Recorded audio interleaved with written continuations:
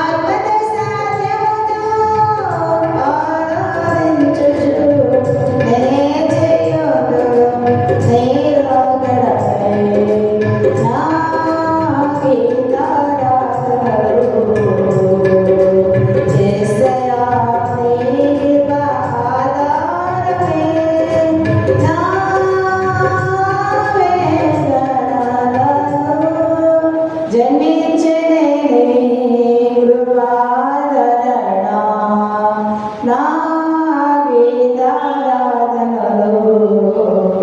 యేసయ్యా నీ కృపాదారమే.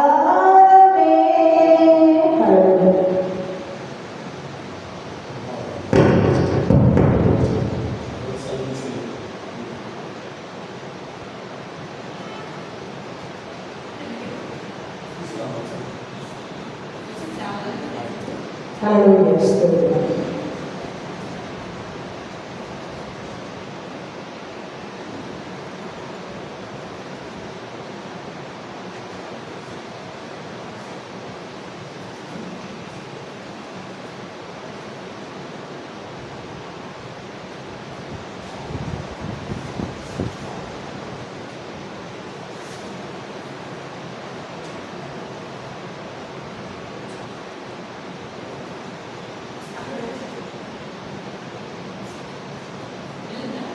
హల్లెలూయా స్తోత్రం.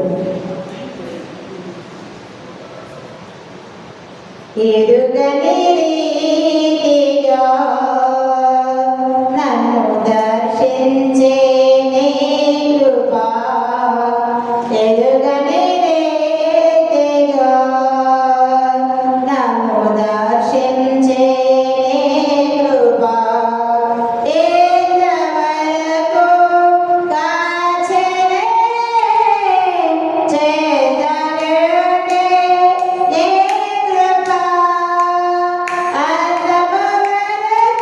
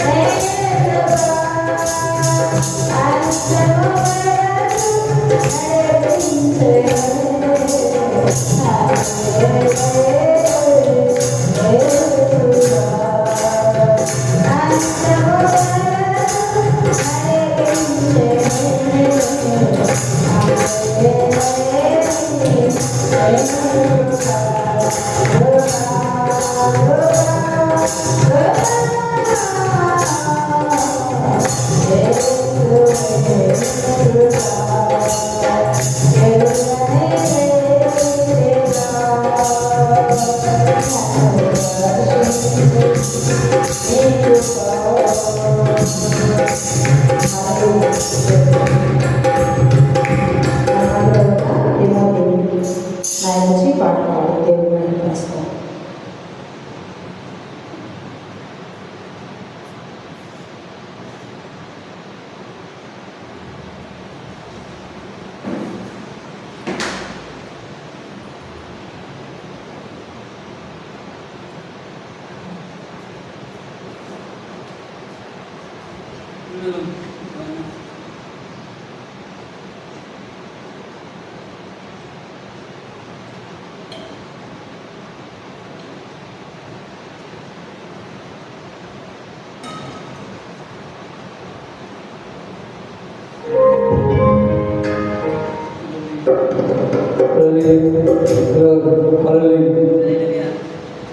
ఎవరైనా ఉన్నారా, ఎచకైనా ఉన్నారా ఇలాంటి స్నేహితుడు? ఎవరైనా ఉన్నారా, ఎచకైనా ఉన్నారా ఇలాంటి స్నేహితుడు? నా యేసయ్య లాంటి మంచి స్నేహితుడు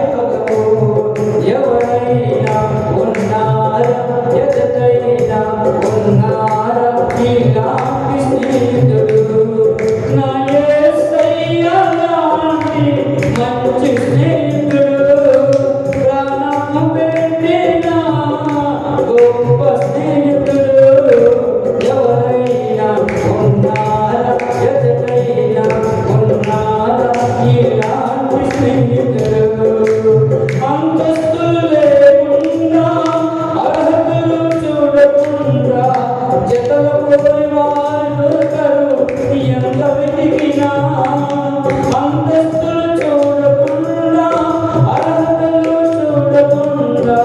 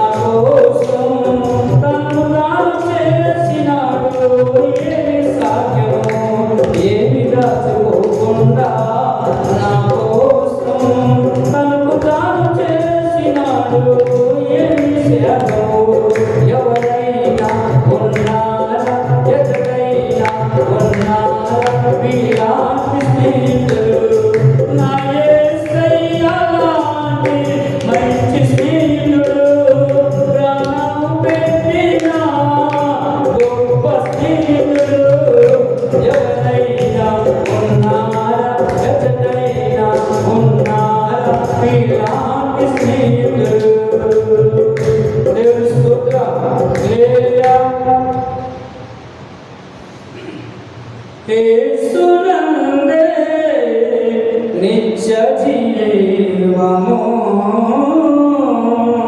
యేసే మన సత్య మార్గము యేసునందే నిత్య జీవము యేసే మన సత్య మార్గము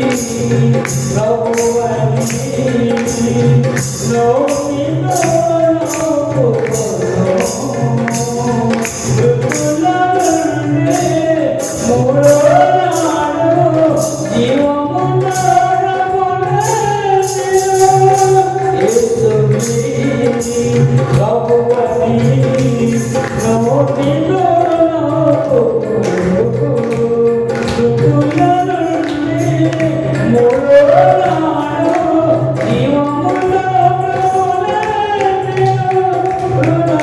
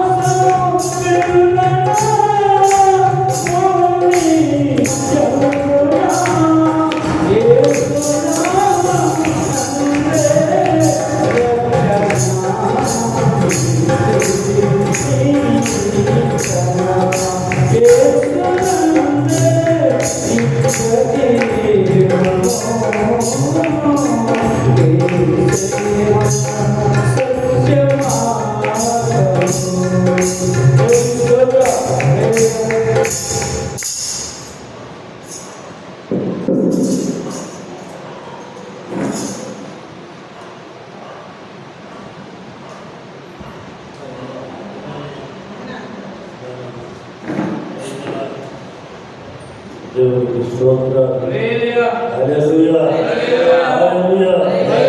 సంగమా, ప్రియ దేవుని బిడ్డలారా, అది సమయానికి తరగండి. లోపలి దేవుని సన్నిధికి రావడం మనం చెప్తాం. కూటాన్ని ప్రారంభించబోతున్న కనుక దేవుని దాసులు మన వాక్యాన్ని సిద్ధంగా ఉన్నాం. ప్రతి వారం చెప్తూనే ఉన్నాం. దాన్ని పాటించకుండా అది ఆశగా కూడా దేవుని స్తోత్రం. హల్లెలూయా. అశ్వతే దివ్య స్వరూపాయ హే సహస్ర సూర్యవంశే యేసునాథాయ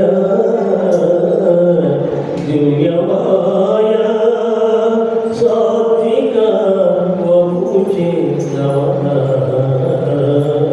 సాత్విక వపుషే నమః.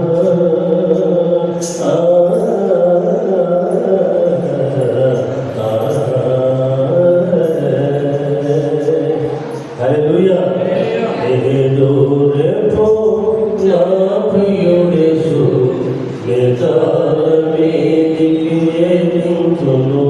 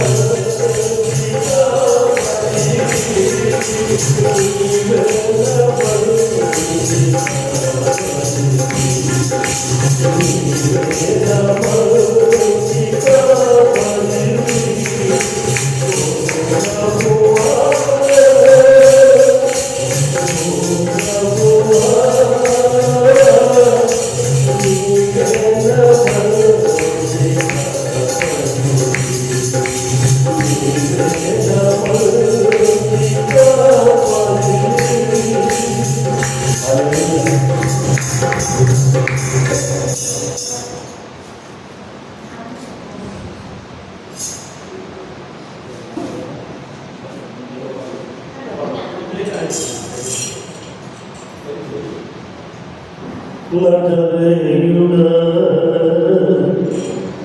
నా యేసయ్యా ఎన్ని యుగాలకైనా ఆరాధ్య దైవము నీవేనని గణమెత్తి నీ కీర్తినే చాటెదా నజరేయుడా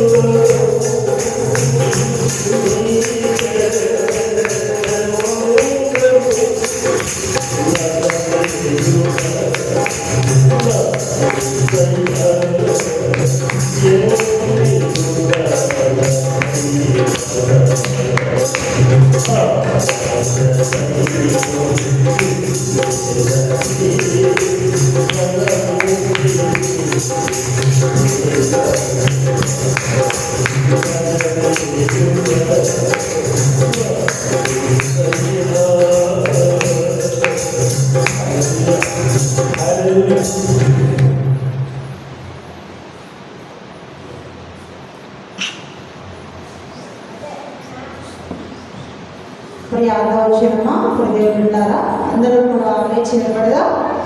ప్రభు నేస్తున్నాము అందరూ కూడా ఎవరు కూడా కూర్చోవద్దు. వీళ్ళ వరకు కలిసి మనమందరం కూడా చప్పట్లు కొడుతూ హృదయపూర్వకంగా ప్రభుని ఆరాధించాం. ప్రభుని ఆరాధించేటప్పుడు చాలా మన దేవాది దేవుని వినయ విధేయతలతో పరిశుద్ధతతో ప్రభుని ఆరాధించాలి.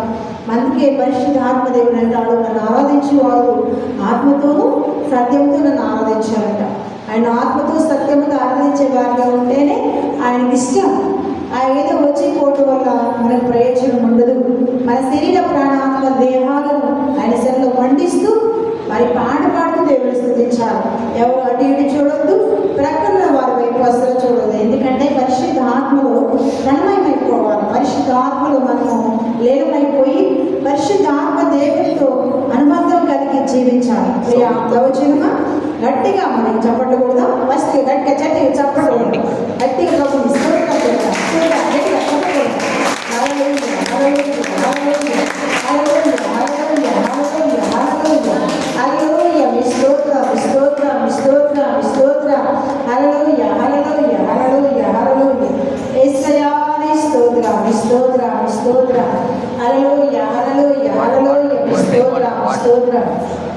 అందరూ కూడా కలిసి పాడి ప్రభుని కనపడతాం.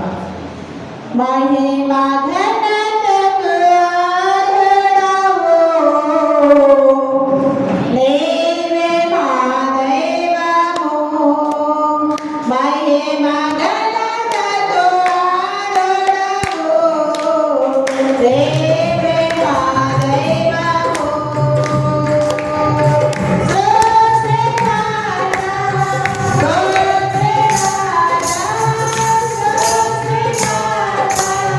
God.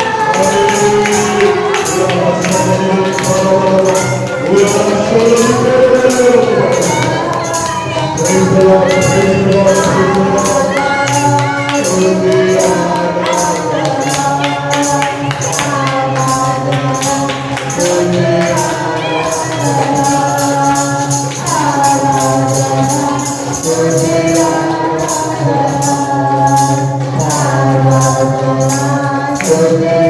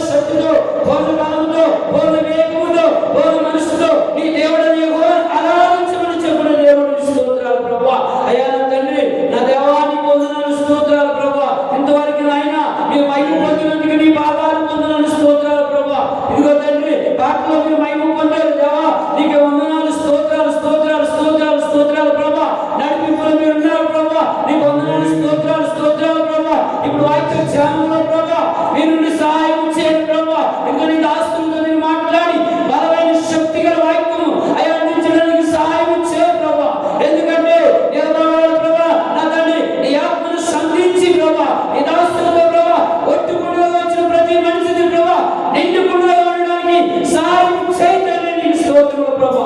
అయ్యా ఈ మందిరం చిన్న ప్రజలకు ప్రభా ఈ వాక్యం అనే తగిలి అనేక మంది ఆకర్షించుకోవడానికి సహాయం చేయి తండ్రి. వాక్యం మీది ప్రభా, నేను మీ వారం ప్రభా, ఆరాధన మీది ప్రభా, ఆరాధించేవాడు నీవు కనుక ప్రభా. దేవానికి స్తోత్రంలో ప్రభా. ఇదిగో ప్రభా ఇంతవరకు నువ్వు సహాయం చేసావు, నీకు వందనాలు స్తోత్రాలు. మంచి సమయానికి వచ్చే బాబు నీకు వందనాలు స్తోత్రం. మీరు మాట్లాడే మీ మాట అనేక మందిని బద్దలు కొడుతుంది ప్రభా, అనేక మందిని మారుస్తుంది ప్రభా. నీకు స్తోత్రాలు ప్రభా. అయ్యా వాక్యములో వెళ్ళాడుతున్న సమయంలో ప్రభా వాక్యమైన శుద్ధులుగా హృదయాన్ని పగలగొట్టి మాట్లాడుతున్నాను అడుగుతున్నాం ప్రభా. ఈ వాక్యమైన తండ్రి నీ వాక్యానికి ఎవరైతే లోబడతారో ప్రభా వారందరూ ధన్యులే ప్రభా. నీకు స్తోత్రాలు ప్రభా. ఆ మంచి చుట్టిన బిడ్డలందరినీ ప్రేమించి అయ్యా ఇచ్చిన అవకాశం పెట్టి వందనాలు స్తోత్రాలు ప్రభా. నా తండ్రి జరుగుతున్న ప్రతి ఆరాధనలో నేను చేతులకు అప్పగించుకొని సాయం చేయమని చిన్న ప్రాణాన్ని సన్నిధి చేర్చుకోమని యేసు పరిశుద్ధ నామములో అడుగుచున్నాము తండ్రి. హల్లెలూయా హల్లెలూయా. ఇలా కూర్చున్నాం. దేవుని మహాకృపను బట్టి దేవుడు మనకు ఇచ్చిన ఈ మంచి సమయాన్ని బట్టి దేవాది దేవునికి వందనాలు స్తోత్రాలు చెల్లిస్తున్నాం. ఇప్పుడు వచ్చిన మీ అందరికీ సంఘబిడ్డలందరికీ క్రీస్తు నామములో హృదయపూర్వకమైన వందనాలు చెల్లిస్తున్నాం. పిల్లరా మరి దేవుడు మనకు ఇచ్చిన ఈ మంచి సమయాన్ని బట్టి దేవాది దేవునికి వందనాలు స్తోత్రాలు చెల్లిస్తున్నాం. ఈ సమయంలో అది మనమందరూ లేచినబడి దావీదు కీర్తన మొదటి కీర్తన మనం చదువుతున్నాం. మొదటి కీర్తన మనం చదువుతున్నాం. మన ప్రియులు తిమోతి గారు మొదటి కీర్తన చదువుతారు. ముందుగా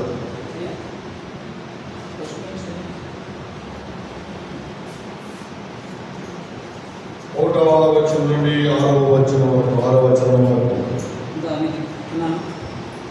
చదువుకున్నాం.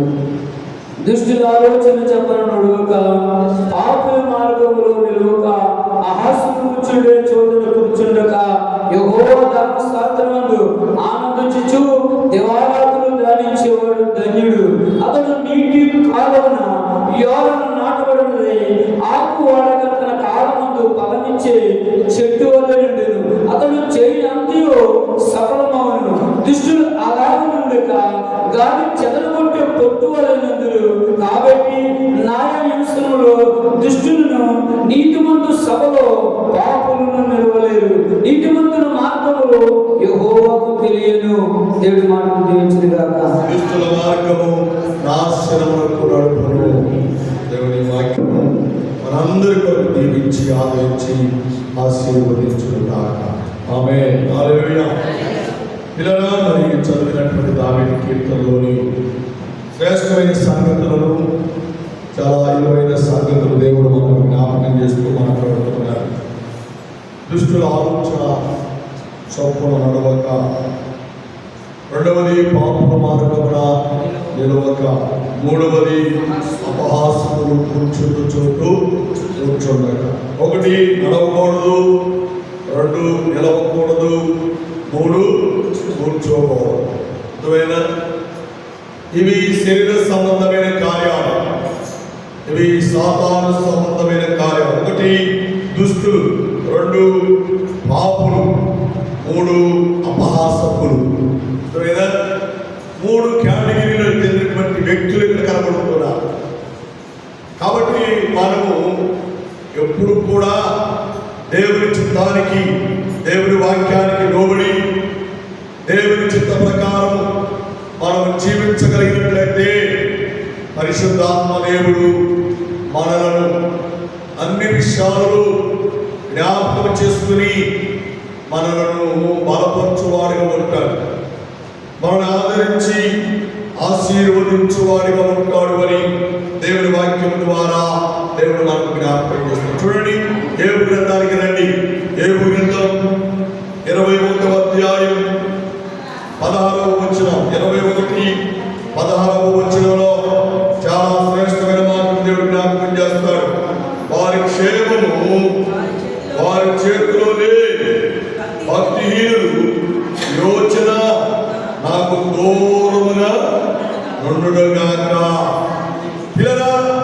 మనము దేవునితో ఆత్మ సంబంధమైన విశ్వాస సంబంధమైన జీవితాన్ని మనము కలిగి జీవించువారుగా ఉండాలి అంటే ఎవరి క్షేమము దేవుని చేతులు లేదంట. దుస్తుల క్షేమము దేవుని చేతులు లేదండి. దుస్తులు క్షేమముగా ఉండరు. అర్థమైందా? దుస్తులు ఎలా ఉండరు? క్షేమంగా ఉండరు.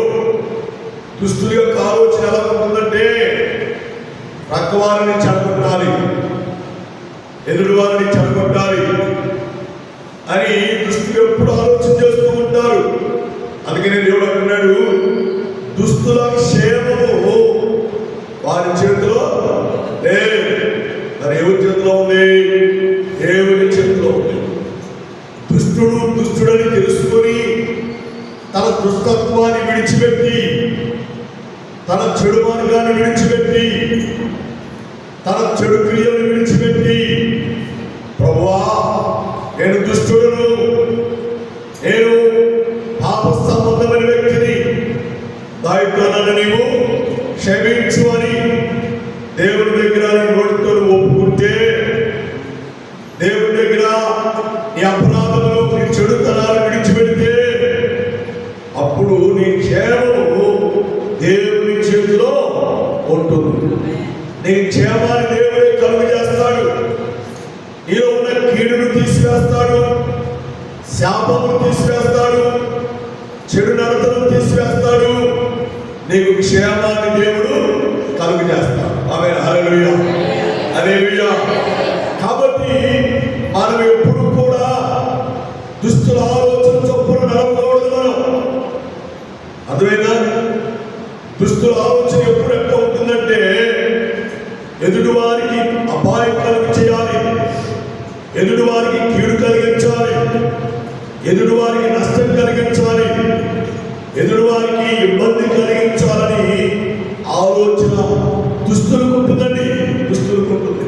కాబట్టి మనం చాలా జాగ్రత్తగా మనం జీవించాలి. ఆమేన్. హల్లెలూయా, హల్లెలూయా. అక్క చెల్లెలు ఉన్నారు, ఇద్దరికి పెళ్లిలేని. అక్కకైంది, చెల్లికైంది, ఇద్దరికి పెళ్లిలేని. అక్కకు పిల్లలు ఉన్నారు, చెల్లికి పిల్లలు లేరు. 15 సంవత్సరాలు అయింది, 16 సంవత్సరాలు అయింది, చెల్లికి పిల్లలు కూడా. అక్కకు మాత్రం 3 పిల్లలు, చాలా బాగుంటున్నారు. అక్క హైదరాబాద్ వెళ్ళింది పని కోసం. పాపం పక్క చేత పట్టుకొని స్వగ్రాన్ని విడిచిపెట్టి, సొంత ఊరు విడిచిపెట్టి, పిల్లలు తీసుకొని, భర్త తీసుకొని హైదరాబాద్ వెళ్ళారు. హైదరాబాద్లో ఉన్న అక్కను చూడడానికి చెల్లి వెళ్ళిందండి. ఎవరు వెళ్ళారు? చెల్లి వెళ్ళింది.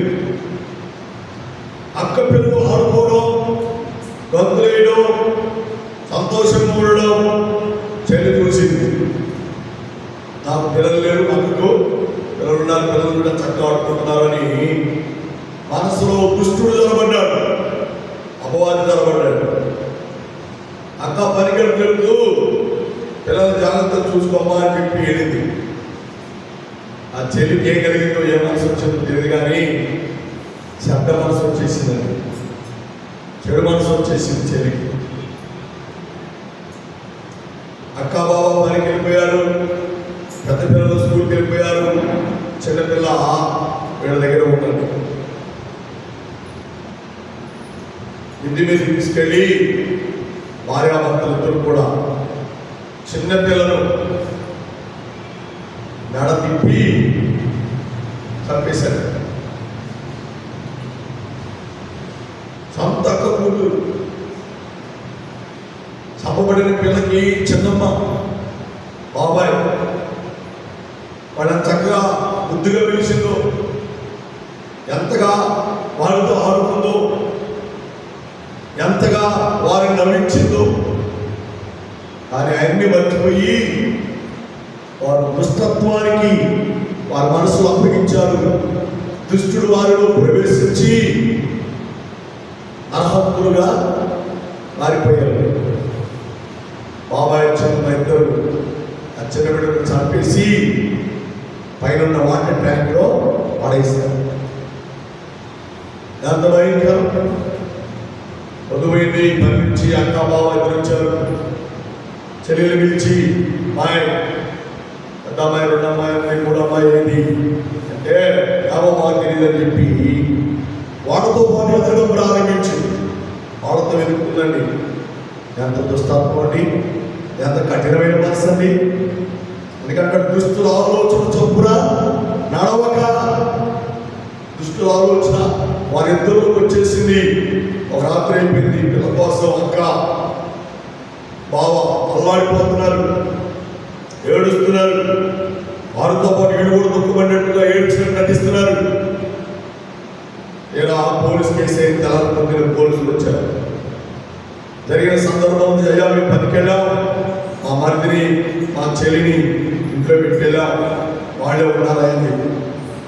వెంటనే మరిదిని చెల్లిని పోలీసు వారు స్టేషన్కి పిలిపించి పోలీసు వారి యొక్క స్టైల్లో, పోలీసు వారి యొక్క పద్ధతి ప్రకారం వాళ్ళని విచారించగా పోలీసు వారు వాళ్ళని కొట్టి గంటవాడు చేస్తే అప్పుడు విషయం ఆ పిల్లను చంపింది మేమే. ఆ పిల్ల శవాన్ని పైన వాటర్ ట్యాంక్లో పెట్టేశాం, కుక్కేశాం. ఎంత భయంకరం, ఎంత కఠినమైన మనసు అండి. అంటే దుస్తుల చేతికి వారి ఆత్మను అప్పగించారు. దుష్టుడు ఎక్కడ చేయమంటే అలా చేసి చిన్న బిడ్డను చంపేశారు. ఎంత భయంకరం. సహోదరి సహోదరుడా, మనం చాలా జాగ్రత్తగా ఉండాలి. రోజు యూట్యూబ్ వచ్చిన తర్వాత, సెల్ ఫోన్ మొబైల్ వచ్చిన తర్వాత ఏ వార్త తాగట్ల, భార్యని చంపిన భర్త, ఎవరి భర్తను చంపిన భార్య, కన్న కొడుకును చంపిన తల్లి, తల్లిని చంపిన కొడుకు, భయంకరమైన పరిస్థితులు. దుస్తుల ఆలోచన. పిల్లరా, పోలీసు వారు వారి విధానంలో వారు చెప్పగా అడగగా విచారించగా విషయం బయట పెట్టేశారు. వాళ్ళ పైకి తీసుకెళ్ళి ఇండియన్ రాసామనంటే బయటకి ఆ బిడ్డను తీసేసరికి చిన్న బిడ్డ అప్పటికి 2 రోజులు అయిపోయింది. నెలలో ఉంది, ఉబ్బిపోయిందండి. ఉబ్బిపోయింది, శరీరం అంతా ఊడిపోతుంది. ఎంత కఠినమైన మనసు అండి, ఎంత దుష్ట మనస్సు, ఎంత దుస్తత్వముతో కూడిన హృదయం అనేది, కఠినమైన హృదయం. అందుకని ఇక్కడ అంటాడు, దుస్తుల ఆలోచన చొప్పున నడవకూడదు. వాళ్ళతో అడుగు కూడా వేయకూడదు, వాళ్ళతో స్నేహం చేయకూడదు, వారితో మాట కూడా కలపకూడదు, వారితో మనం ఏమాత్రం కూడా స్నేహాన్ని పంచుకోకూడదండి. చాలా యోగ్యమైన వారముగా మనం ఉండాలి. కాబట్టి పిల్లరా, మనల్ని మనము దేవునికి అర్పించుకోవాలి. మనల్ని మనము దేవునికి సమర్పణ చేసుకొని దేవుని చిత్తానుసారమైన జీవితంలో మనం జీవిస్తే దేవుడు మనల్ని మార్పుతాడు, దేవుడు మనకు సహాయం చేస్తాడు. అక్కడ ఏడు గ్రంథం 21:16, వారి క్షేమం వారి చేతిలో లే, వారి క్షేమము వారి చేతులు లేదు. ఎందుకంట మరి దుస్తత్వం కలిగిన వారు, చెడ్డ మనసు కలిగిన వారు, వారి ఆలోచన చెడిపోయాయి, వారి తలపులే పాడైపోయాయి. ఎంత భయంకరం. కాబట్టి పిల్లల, మనము దేవుని చిత్తానుసారముగా ప్రార్థన చేసుకుంటూ, దేవుని చిత్తానుసారముగా భక్తి కలిగి మనము జీవిస్తూ మన జీవితాన్ని మనం కొనసాగించినట్లయితే దేవుని కృప, దేవుని కాపుదల దేవుడు మనతో ఉంచి మనల్ని బలపరుస్తాడు. అదే అక్కడ 16వ వచనంలో భక్తిహీనుల యోచన నాకు దూరముగా ఉన్నాయి. భక్తిహీనుల యోచనప్పుడు అంట దేవునికి దూరంగా ఉన్నాయి, వాక్యానికి దూరంగా ఉన్నాయి, సంఘానికి దూరంగా ఉన్నాయి, దేవుని యొక్క ప్రజలకు దూరంగా ఉన్నాయి. దేవుని స్తోత్రం, హల్లెలూయా. అదేనండి, దుష్టుల ఆలోచన, భక్తిహీనుల యోచనలు, వారి హృదయం యొక్క తలంపులు అన్నీ వ్యర్థమైనవి,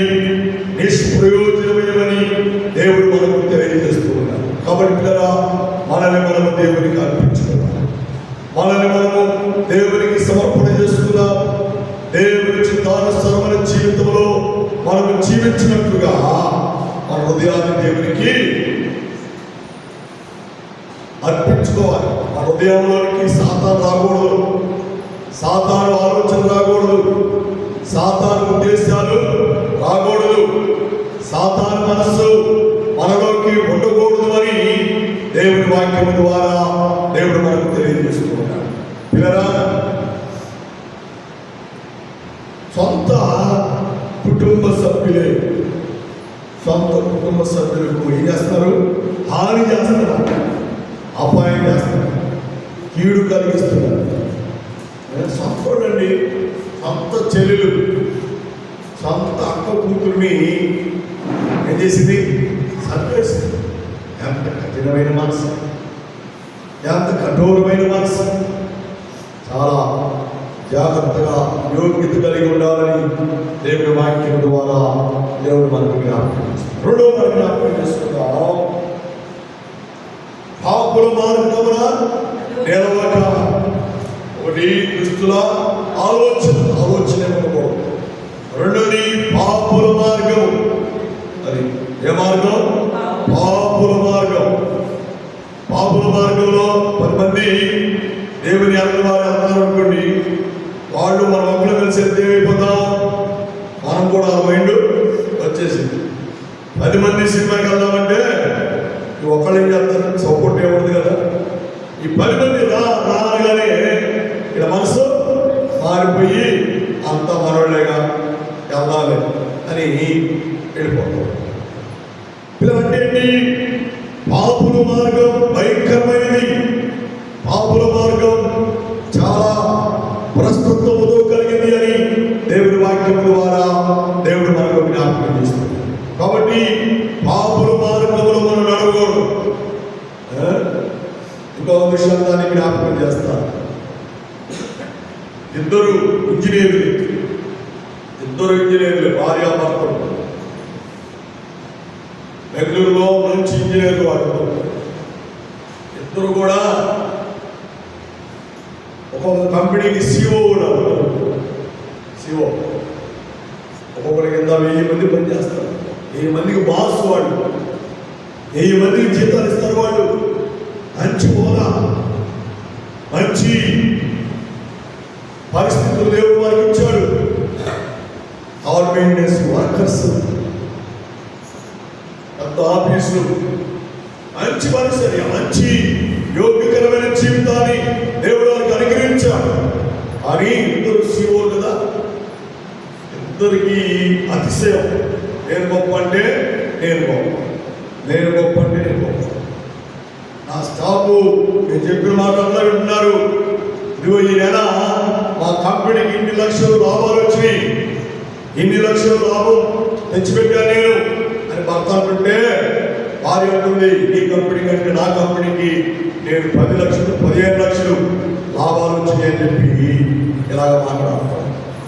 భయంకరమైన పరిస్థితి, భయంకరమైన పరిస్థితి.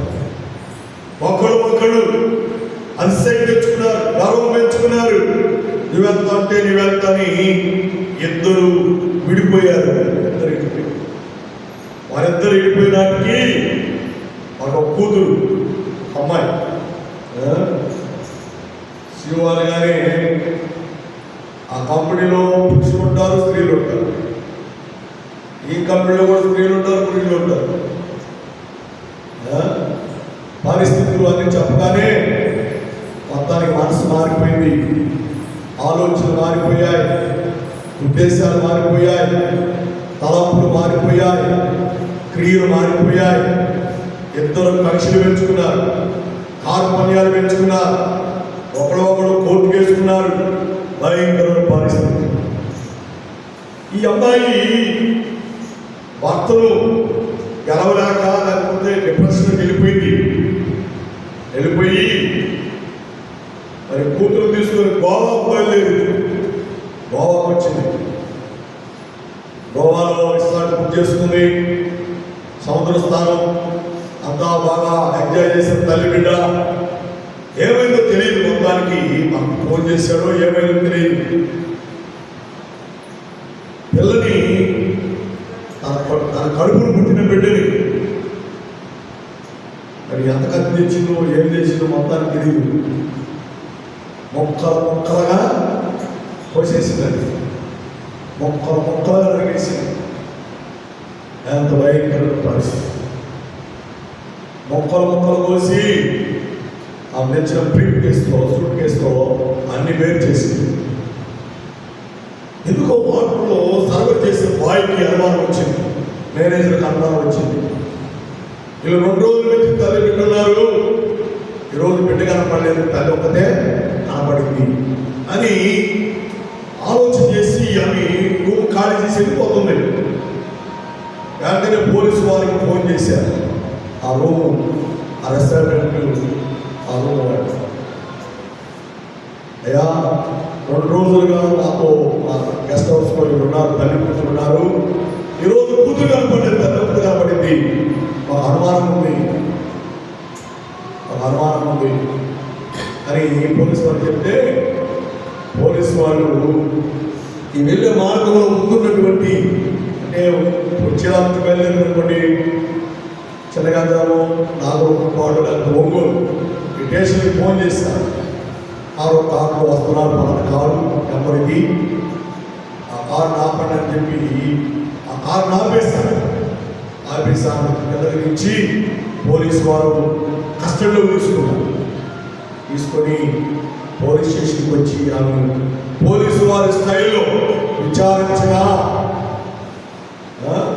పోలీసు వారు మాట్లాడతారా, కొడతారు, కొట్టగా అప్పుడు నిజం చెప్పిందండి, నేను నా బిడ్డను నేనే చంపేశాను.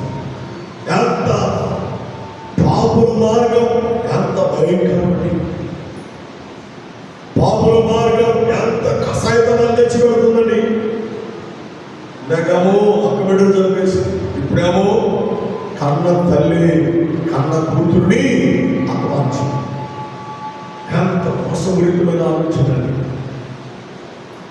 భార్యాభర్తలు పడలేదు, భార్యాభర్తలు గెట్టలేదు, ఆ బిడ్డను ఎవరికైనా ఇచ్చేయండి, ఎవరైనా పెంచుకుంటారు. భర్త మీద కోపం బిడ్డ మీద చూయించి బిడ్డను అతి కిరాతకంగా మొక్కలు చేసి వెళుతూ కారులో ఆ సూట్ కేసు పడేసిందండి నదిలో. పోలీసులు మళ్ళా అది మొత్తం ఎదికి ఆ చేత బయటికి తీయించి కసాయితం. పిల్లరా దుస్తులాలోచన, పాపుల మార్గం చాలా భయంకరం. మీరు ఎలాగున్నావు? ప్రార్థనకు వస్తున్నావు కానీ దుస్తత్వాన్ని పోగొట్టుకున్నావా? దేవుని మాటలు వింటున్నావు కానీ నీ ప్రవర్తన మారిందా? నీ క్రియలు మారాయా? నీ ఉద్దేశాలు మారాయా? నీలో ఉన్న మూర్ఖత్వం, నీలో ఉన్న గర్వ స్వభావం, నీలో ఉన్నటువంటి భయంకరమైన క్రోధముతో కూడినటువంటి మరణాచరణతో కూడినటువంటి జీవితాన్ని నువ్వు విడిచిపెట్టి నువ్వు జీవిస్తున్నావా? సహోదరా సహోదరి, మనం దేవుని కలిగినటువంటి దేవుని బిడ్డలుగా ఉన్నాము కనుక మన మనస్సులో దుస్తత్వానికి చోటు ఉండకూడదు, మన హృదయంలో పాపములకు చోటు ఉండకూడదు. దేవుని వాక్యానికి మాత్రమే మనం చోటించు వారుగా ఉండాలి. అప్పుడే పరిశుద్ధాత్మ దేవుడు మనకు తోడుగా ఉంటాడు, అప్పుడే పరిశుద్ధాత్మ దేవుడు మనకు సహాయం చేస్తాడు అని దేవుని వాక్యం ద్వారా దేవుడు మనకు జ్ఞాపకం చేస్తాడు. చూడవ మార్గం తలంపు చేస్తాను, చదివి సహాయం చేయండి. సామెతల గ్రంథం 4వ అధ్యాయం, సామెతల గ్రంథం 4వ అధ్యాయం చాలా శ్రేష్టమైన మార్గం దేవుడు మనకు జ్ఞాపకం చేస్తూ మాట్లాడుతున్నాడు. సామెతలు 4వ అధ్యాయం 14, 17 వచనాలలో మహాజ్ఞాని సొలొమోను శ్రేష్టమైన మాట జ్ఞాపకం చేస్తున్నాడు. భక్తిహీనుల త్రోవను చారకము. ఎవరితో చేరకూడదంట? భక్తిహీనుల త్రోవను మనం చేరేవారు ఎవరు? ఆ దరిదాపులు కూడా వెళ్ళకూడదు. అప్పుడు మనం కూడా చెప్పాం కదా, మన ఇంటి పక్కన తాగుతున్నారు అనుకోండి, పిల్లలు చెప్పు, అయ్యా వాళ్ళు తాగుబోతులయ్యా, ఆ స్థాయికి ఎలా దగ్గరికి వెళ్ళమాకండి, ఆ దారిని రావకండి. ఆలస్యమైంది కానీ ఈ బజారంతా తిరిగి ఇంటికి రండి. అంటే ఏంటి? ఒక తల్లిగా, ఒక తండ్రిగా మన బాధ్యత ఏంటంటే మన బిడ్డలు భక్తిహీన మార్గంలోకి వెళ్ళకూడదు, దుస్తుల మార్గంలోకి వెళ్ళకూడదు. వారు యోగ్యము కలిగి జీవించాలి, జ్ఞానము కలిగి జీవించాలని తల్లిదండ్రులుగా మనం కోరుకుంటాం. అలాగనే తండ్రిని దేవుడు మనల్ని ప్రేమించాలంటాడు. బాబు, మీరు మంచి మార్గం నడవండి, మంచి త్రోవ నడవండి, మంచి మార్గం మంచి త్రోవన మీరు జీవించండి అని దేవుడు మాట్లాడు. మన చదవని మాట దయచేసి 4:14 భక్తిలో త్రోవను చాలకము, దుస్తుల మార్గమున నడవకు అని. భక్తిహీనులు దుస్తులు మన మార్గములు పోకూడదు. పోతే ఏమైంది? కాబట్టి చెల్లెలు అక్క కూతురు చంపినట్టుగా మన మనసులు మారిపోతాయి. తల్లి బిడ్డలు చంపినట్లుగా మన తలంపులు, మన ఉద్దేశాలు మారిపోతాయి. అందుకంటే పెద్దలు 10 రోజులు వారితో కలిసి నడిస్తే వాళ్ళు వీళ్ళైపోతారు. అర్థమైందా? వాళ్ళు మాత్రం దేవుడి దగ్గర రారు, మనల్ని మాత్రం దేవుడి దగ్గర నుండి లాగేస్తారు. సాతాను పవర్ కలిగిన వాడు. కాబట్టి మనము దేవునితో ఆత్మ సంబంధమైన, విశ్వాస సంబంధమైన జీవితంలో మనము కలిగి జీవించేవారుగా మనం ఉంటే మా చెడ్డ మనసు, చెడ్డ ఆలోచన మనకు దేవుడు రానివ్వడు. ఆమేన్. హల్లెలూయా, హల్లెలూయా. చూడండి, మనం తలంపు చేస్తాం. చదివి సహాయం చేయండి. 15వ వచనం చదవండి. 4:15 వచనం. దాని యందు ప్రవేశింప తప్పించుకొని తిరుగువాడు దాని నుండి తొలగి సాగిపోతాడు. అలచబడి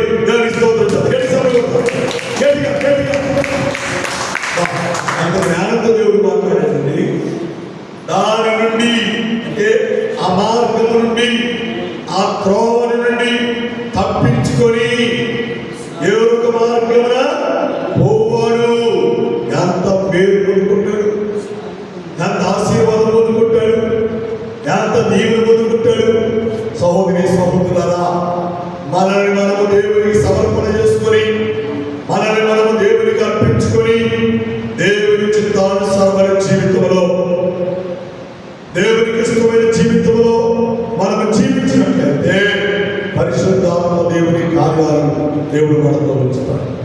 పరిశుద్ధాత్మ కృప, పరిశుద్ధాత్మ యొక్క దీవెన దేవుడు మనతో వచ్చి మనకు సహాయం చేస్తాడు అని దేవుడి వాక్యం ద్వారా దేవుడు మనకు జ్ఞాపకం చేస్తున్నాడు. దేవునికి స్తోత్రం. హల్లెలూయా, హల్లెలూయా.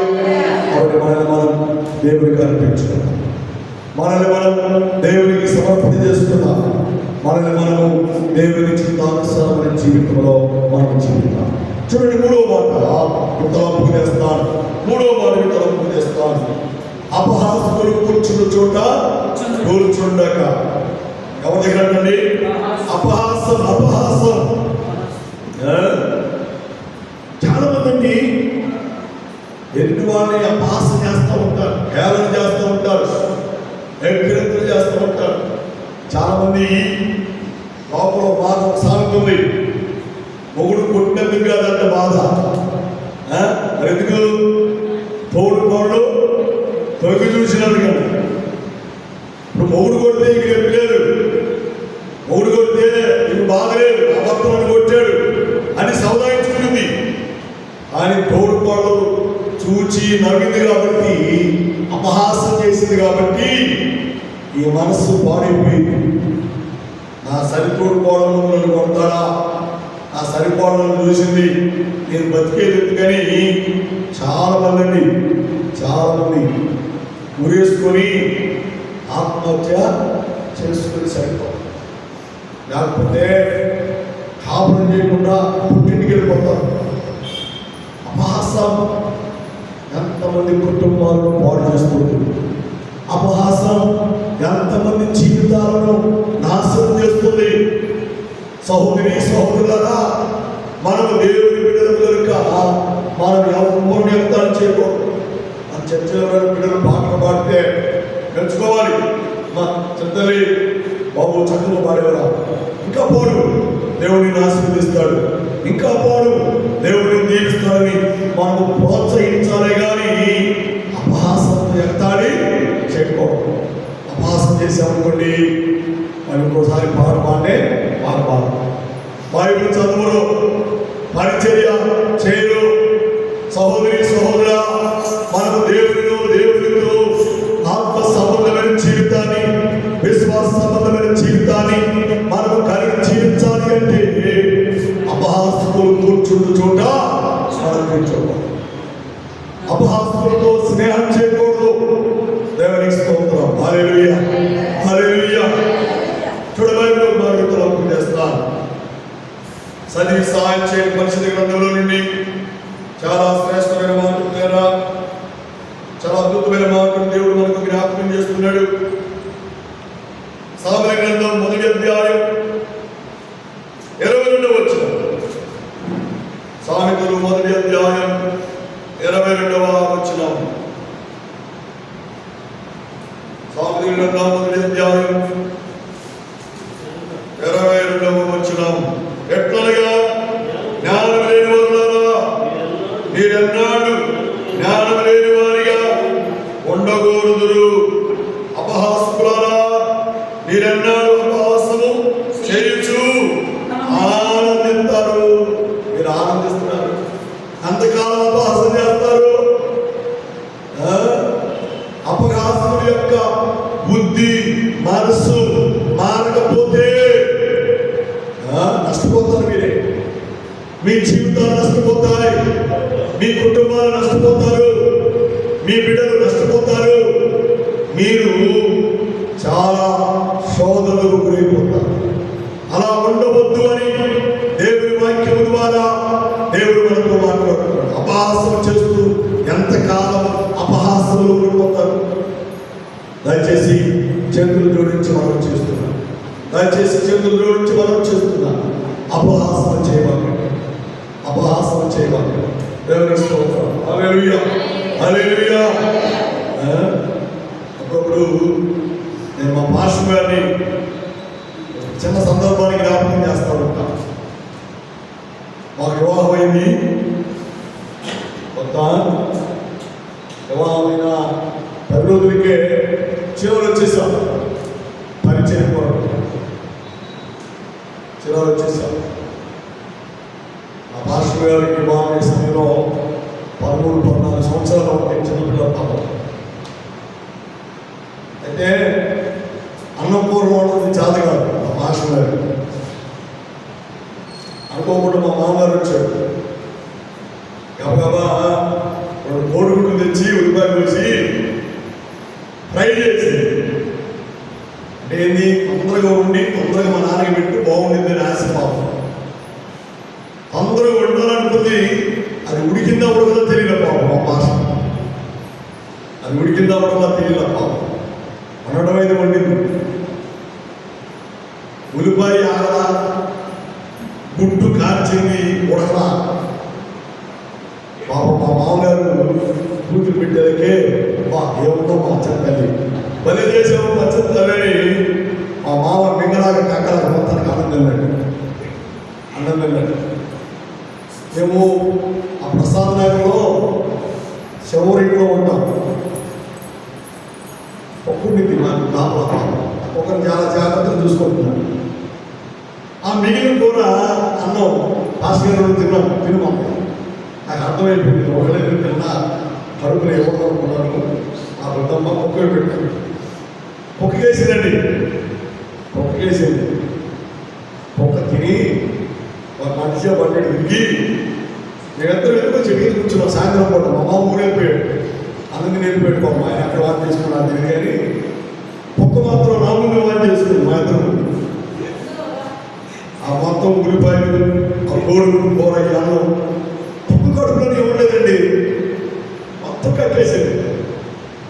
అప్పుడు నేను అనుకున్నా మా మామని మనసులో, మా మామ నిజంగా అంత మంచోడు, చెంతని ఎవరు భలే ఉందమ్మా బాగుందమ్మా అని అన్నాడు. పాపం మా మామ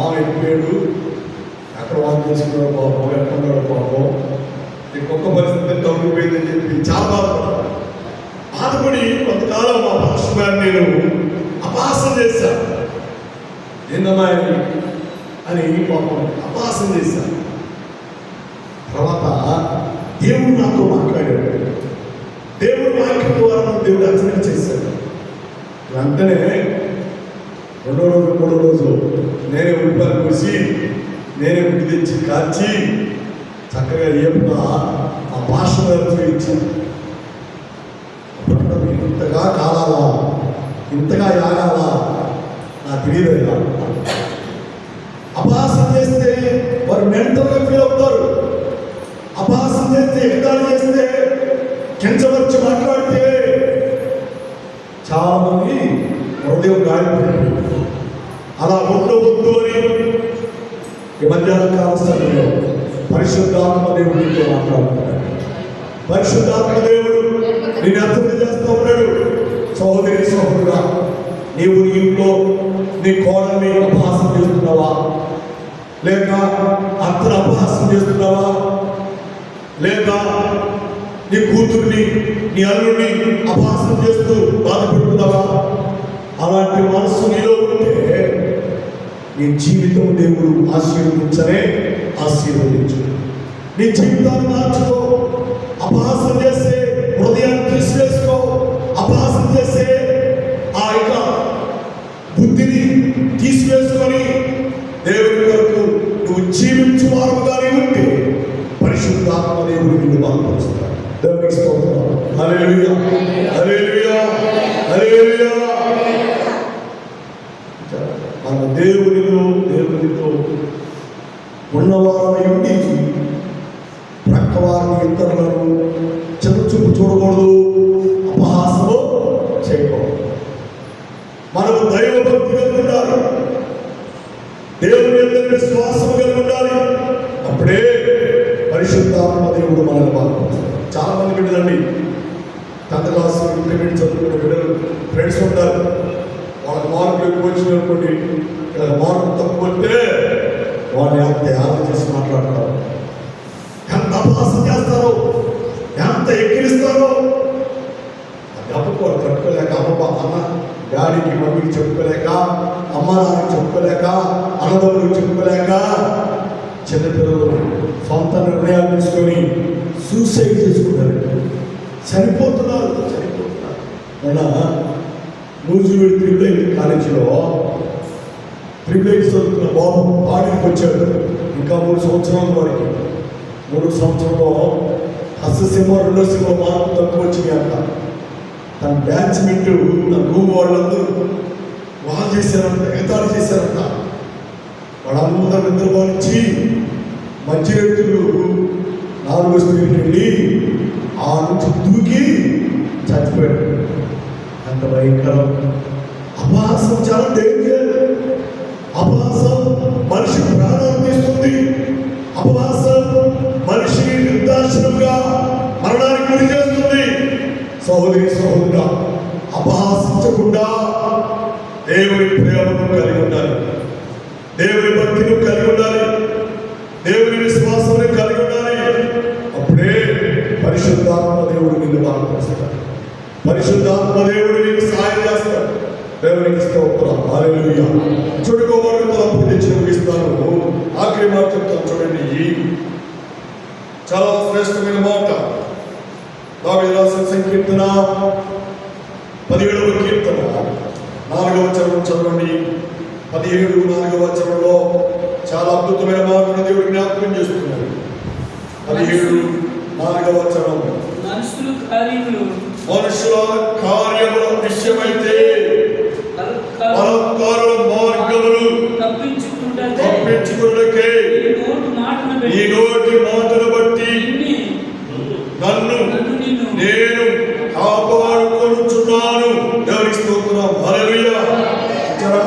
నన్ను నేను నా నోటి మాటల చేత కాపాడి ఉన్నాను, కాపాడుతున్నాను. ఆమేన్. హల్లెలూయా. కొన్నిసార్లు అండి మన నోటి మాట ఎదుటి వారిని చేసింది, బ్రతికించింది. ఆమేన్. హల్లెలూయా. చూడండి, ఒకని ఆదరణ ఒకరిని మరణం నుండి తప్పించింది.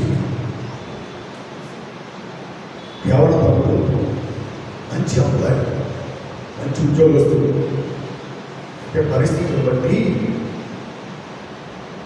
కొత్తగా ఉద్యోగం వచ్చింది. ఉద్యోగంలో మెడుకులు తెలియదు. ఆ ఉద్యోగం ద్వారా నష్టపడుతుండగా లాభం రావడం, అతని జీతం అంతా తిరిగి ఆ కంపెనీకి చెల్లించాల్సిన పరిస్థితి అవుతుంది. అందుకని డిప్రెషన్ వెళ్ళిపోయాడు. కానీ స్టాఫ్ ఒక రకంగా చూస్తున్నారు, ఉద్యోగస్తులందరూ ఒక రకంగా చూస్తూ ఉన్నారు. దాన్ని భరించలేక కృష్ణానది లాంటి నది దగ్గరికి వెళ్ళిపోతూ ఉంటే అతనికి ఒక కరపత్రం దేవుని వాక్యంతో ఉన్నటువంటి పాంప్లెట్ అతనికి దొరికింది. అది తీసి చదివినప్పుడు ఈ వాక్యం అతన్ని ఆదరించి, ఈ వాక్యం ఆమె హృదయాన్ని తాకింది, ఆయన మనసును తాకింది. ఈ వాక్యం చదువుకొని మనసు వెంబడం చేసుకున్నాడు.